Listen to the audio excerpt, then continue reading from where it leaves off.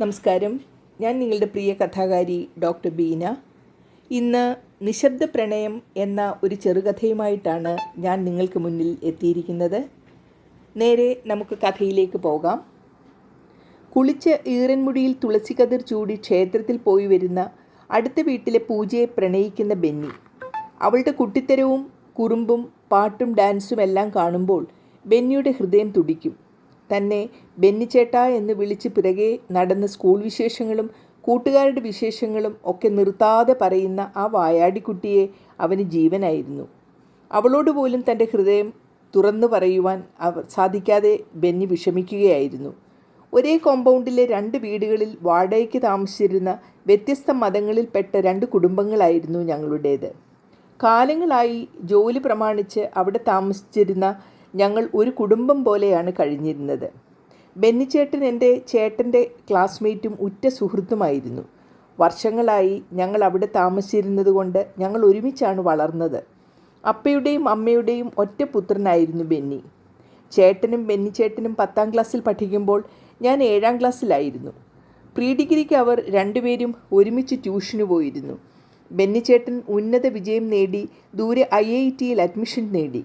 പോകുന്നതിന് മുമ്പ് ഒരു ദിവസം ഞാൻ പതിവ് പോലെ അമ്പലത്തിൽ പോയി വരുമ്പോൾ വഴിയിൽ ബെന്നിച്ചേട്ടൻ എന്നെ കാത്തു നിന്നു. അടുത്തു വന്നപ്പോൾ തന്നോട് പറഞ്ഞു, ഞാൻ തന്നെ കാത്തു നിൽക്കുകയായിരുന്നു. അത്ഭുതത്തോട് ചിരിച്ചുകൊണ്ട് ഞാൻ ചോദിച്ചു, എന്നെയോ? ബെന്നിച്ചേട്ടൻ വളരെ ഗൗരവത്തോടെയും സ്നേഹത്തോടെയും, പൂജേ, എനിക്ക് നിന്നെ ഒരുപാട് ഇഷ്ടമാണ്. ഞാനിത് ഇത്രയും നാൾ മനസ്സിൽ കൊണ്ട് നടക്കുകയായിരുന്നു. നാളെ ഞാൻ ചെന്നൈക്ക് പോവുകയാണെന്നറിയാമല്ലോ. താൻ എപ്പോഴും എൻ്റെ കൂടെ ഉണ്ടാകും എന്ന് വിശ്വസിച്ചുകൊണ്ടാണ് ഞാൻ പോകുന്നത്. എനിക്ക് താനില്ലാതെ ജീവിക്കാൻ പറ്റില്ല പൂജ. ഇത് തന്നോട് പറയാതെ പോകാൻ എനിക്ക് പറ്റാത്തതുകൊണ്ടാണ് ഞാനിപ്പോൾ ഇത് പറയുന്നത്. ഞാൻ പഠിച്ച് തന്നെ പോറ്റാനുള്ള കഴിവ് നേടി എത്രയും പെട്ടെന്ന് തിരിച്ചു വരും. കണ്ണ് നിറഞ്ഞുകൊണ്ട് ബെന്നി ഇത്രയും പറയുമ്പോൾ ദൂരെ എൻ്റെ അച്ഛൻ വരുന്നത് കണ്ടു. ബെന്നിച്ചേട്ടൻ പെട്ടെന്ന് അവിടെ നിന്നും പോയി. സത്യത്തിൽ ഇത് കേട്ട് ഞാൻ വാപൊളിച്ച് നിന്നുപോയി. എനിക്ക് ചേട്ടനെ വലിയ ഇഷ്ടമായിരുന്നു, പക്ഷേ ഇങ്ങനെ ഒന്നും ഞാൻ ചിന്തിച്ചിരുന്നില്ല. ബെന്നിച്ചേട്ടൻ അപ്രതീക്ഷിതമായി ഇത് പറഞ്ഞ ആഘാതത്തിൽ നിന്ന് മാറാൻ കുറേ സമയം എടുത്തു. ഞാൻ ഇതിനെപ്പറ്റി ആരോടും ഒന്നും പറയാൻ തുനിഞ്ഞില്ല. കാരണം എനിക്കത് പേടിയായിരുന്നു. പറയാനുള്ള ധൈര്യവും എനിക്ക് ഇല്ലായിരുന്നു. പിറ്റേന്ന് ബെന്നിയെ യാത്രയാക്കാൻ ഞങ്ങളെല്ലാവരും കൂടി അവരുടെ വീട്ടിൽ ചെന്നു. എന്തോ പതിവ് പോലെ ഒന്നും പറയാൻ പറ്റാത്ത അവസ്ഥയിലായിരുന്നു ഞാൻ. സത്യത്തിൽ ഞങ്ങളുടെ കണ്ണുകളും മനസ്സുകളും തമ്മിൽ ആ സമയം എന്തൊക്കെയോ കൈമാറുന്നുണ്ടായിരുന്നു. ട്രെയിനിൻ്റെ സമയം അനുസരിച്ച് അവർ വീട്ടിൽ നിന്നും ഇറങ്ങി. ഞാൻ നിർവികാരയായി നിന്നു. മനസ്സൊരുതരം ഘനീഭവിച്ച മട്ട്. എന്തോ ഹൃദയം വല്ലാതെ മിടിച്ചു. ആരുടെയും ശ്രദ്ധയിൽപ്പെടാതെ അവിടെ നിന്ന് ഞാൻ വീട്ടിലേക്കെത്തി. ഒന്ന് നോർമലാകാൻ സത്യത്തിൽ കുറേ ദിവസങ്ങളെടുത്തു. ചേട്ടൻ നാട്ടിൽ തന്നെ ഡിഗ്രിക്ക് ചേർന്നു. കാലങ്ങൾ നീങ്ങിക്കൊണ്ടിരുന്നു. എൻ്റെ പഠനവും തുടർന്നു.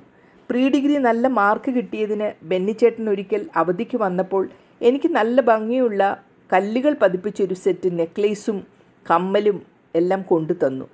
അവിടെ ഒരു എക്സിബിഷന് പോയപ്പോൾ വാങ്ങിയതാണ് എന്ന് പറഞ്ഞു. അത് തന്നപ്പോൾ അതിനകത്ത് തൻ്റെ സ്നേഹം നിറച്ച ഒരു കത്തും ഉണ്ടായിരുന്നു. ആ കത്ത് ആരും കാണാതെ ഞാൻ നിധി പോലെ സൂക്ഷിച്ചു. വല്ലപ്പോഴും ബെന്നിച്ചേട്ടൻ അവധിക്ക് വരാറുണ്ടായിരുന്നു. ചേട്ടനുമായി നല്ല കൂട്ടായിരുന്നതുകൊണ്ട് എപ്പോഴും തമ്മിലുള്ള വിവരങ്ങൾ അറിഞ്ഞുകൊണ്ടേയിരുന്നു. ഞങ്ങൾ അങ്ങനെ നിശബ്ദ പ്രണയം തുടർന്നു. ഞാൻ ഡിഗ്രിക്ക് ചേർന്ന് പഠിച്ചുകൊണ്ടിരിക്കുകയാണ്. ബെന്നിച്ചേട്ടൻ ക്യാമ്പസ് സെലക്ഷൻ കിട്ടിയെന്നറിഞ്ഞു. കോഴ്സ് കഴിയുന്ന ഉടൻ ജോലിക്ക് ജോയിൻ ചെയ്യാം എന്നും പറയുന്നതായി കേട്ടു. എൻ്റെ ശുദ്ധജാതകമായതുകൊണ്ട് നേരത്തെ കല്യാണ ആലോചനകൾ നോക്കി തുടങ്ങി. ഞാൻ ആകെ വിഷമിച്ചു. ആരോട് പറയാനാണ്? കാര്യങ്ങൾ കൈവിട്ടു പോകുമോ എന്ന പേടിയിൽ ഞാൻ കോളേജിൻ്റെ അഡ്രസ്സിൽ ബെന്നിച്ചേട്ടനൊരു കത്തയച്ചു. പക്ഷേ അത് ബെന്നിച്ചേട്ടന് കിട്ടിയില്ല എന്ന് കാലങ്ങൾ കഴിഞ്ഞാണ് എനിക്ക് മനസ്സിലായത്. എൻ്റെ ജാതകം ചേർന്ന ഒരു വിവാഹം പെട്ടെന്ന് വീട്ടിൽ ഉറപ്പിച്ചു. ബെന്നിച്ചേട്ടൻ വിവരമറിഞ്ഞ് നാട്ടിൽ ഓടിയെത്തി. എന്നെ കണ്ടു. ആ കണ്ണുകൾ നിറഞ്ഞൊഴുകി. പക്ഷേ അപ്പോഴേക്കും വളരെ വൈകിപ്പോയി. എൻ്റെ ദുഃഖം കടിച്ചമർത്തിക്കൊണ്ട് ഞാൻ ആരും കാണാതെ വിതുമ്പി. എല്ലാവരും പറഞ്ഞതുപോലെ മാത്രമേ എനിക്ക് നീങ്ങാൻ കഴിഞ്ഞുള്ളൂ. ഞാൻ നിസ്സഹായയായിരുന്നു. കാലത്തിൻ്റെ ഒഴുക്കിൽ മനസ്സും ശരീരവും ഒന്നിച്ചല്ലാതെ ഞാൻ ഒഴുകിക്കൊണ്ടേയിരുന്നു. നാളുകൾ കഴിഞ്ഞ് ഇന്നും ഒറ്റയ്ക്ക് ജീവിക്കുന്ന ബെന്നിച്ചേട്ടൻ ഓരോ നിമിഷവും എൻ്റെ ഉറക്കം കെടുത്തുന്നു. കുറ്റബോധത്താൽ പലപ്പോഴും കടുത്ത നിരാശ എന്നെ വിഴുങ്ങിക്കളയുന്നു. ആരോടും എൻ്റെ മനസ്സ് തുറക്കുവാൻ പോലും എനിക്ക് പറ്റുന്നില്ല. കാരണം ചിലന്തി വല പോലെ ബന്ധങ്ങൾ എന്നെ കെട്ടുപിണഞ്ഞിരിക്കുകയാണ്. തലവേദനയാണെന്ന് പറഞ്ഞ് തിരിഞ്ഞുമറിഞ്ഞ് കിടക്കാൻ തുടങ്ങിയിട്ട് സമയം കുറേയായി. ഒന്ന് മാത്രമേ എനിക്ക് ഈ ലോകത്തോട് പറയാനുള്ളൂ. ധൈര്യമുണ്ടെങ്കിൽ മാത്രം സ്നേഹിക്കുക. കൂടാതെ തമ്മിൽ സ്നേഹിക്കുന്നവരെ മറ്റുള്ളവർ വെറുതെ വിടുക. പൂജ കമിഴ്ന്ന് കിടന്നുകൊണ്ട് ആത്മഗതം പോലെ പിറുപിറുത്തു. എങ്ങനെയുണ്ട് എൻ്റെ കഥ? ഇഷ്ടപ്പെട്ട് കാണുമെന്ന് വിചാരിക്കുകയാണ്. ഇനി അടുത്തൊരു കഥയുമായി എത്തുന്നതുവരെ നന്ദി, നമസ്കാരം.